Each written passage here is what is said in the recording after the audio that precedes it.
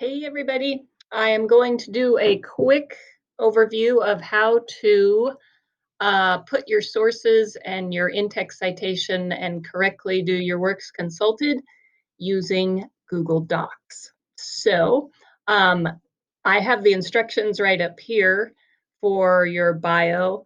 And today I am just going to do two sources and one in-text citation, but I do want to highlight the fact that for your final biographical sketch, which is due in week 17, you need at least three sources and you need at least two in-text citations.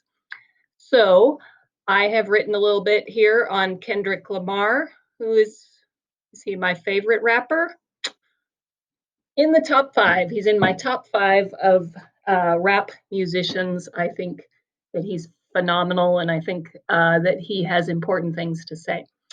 Two, not only do I think that, so do a lot of other people. And rather than just fill you with my opinion of him, I have, like a good scholar, went and found people who have some things to say about what a fantastic rapper he is. So my first source is from Tilt magazine. And what I am going to do is come to the bottom of my paragraph. I'm going to go up to tools and I'm going to go to citations.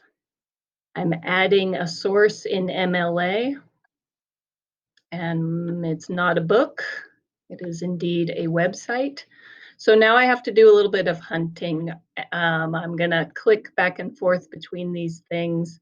My author is Darren Dalton, so I do have to be careful that I spell everything right.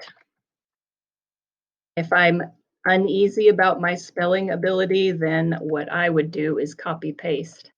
So here's, you know what, that's actually not the title of this thing. The title of this thing is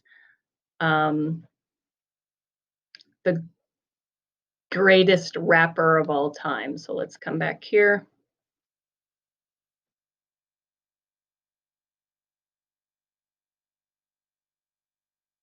Again, I have to be careful about how I do all my spelling because it's going to take exactly what I say. This is from Tilt. The publisher is Tilt. The URL is a nice, easy copy paste. Published, I have to go back and take a look at when it was published. And that would be 4/20 of 2020. So that is 20. I think it's important to write out the date rather than put in the 4. Important to do the whole thing. I do know that I am accessing this on the 14th of November. And I also do remember the day. So I'm going to add the source. There she blows. The next thing that I am going to do is insert the bibliography right here. And what that did for me is it formatted it correctly. If you've been in my class before, you know that it's important to hang the indent. It did that for me. So the second line of this citation is pushed over. That's a hung indent. Love it. I don't like bibliographies. I prefer works consulted because it gives you a lot more leeway.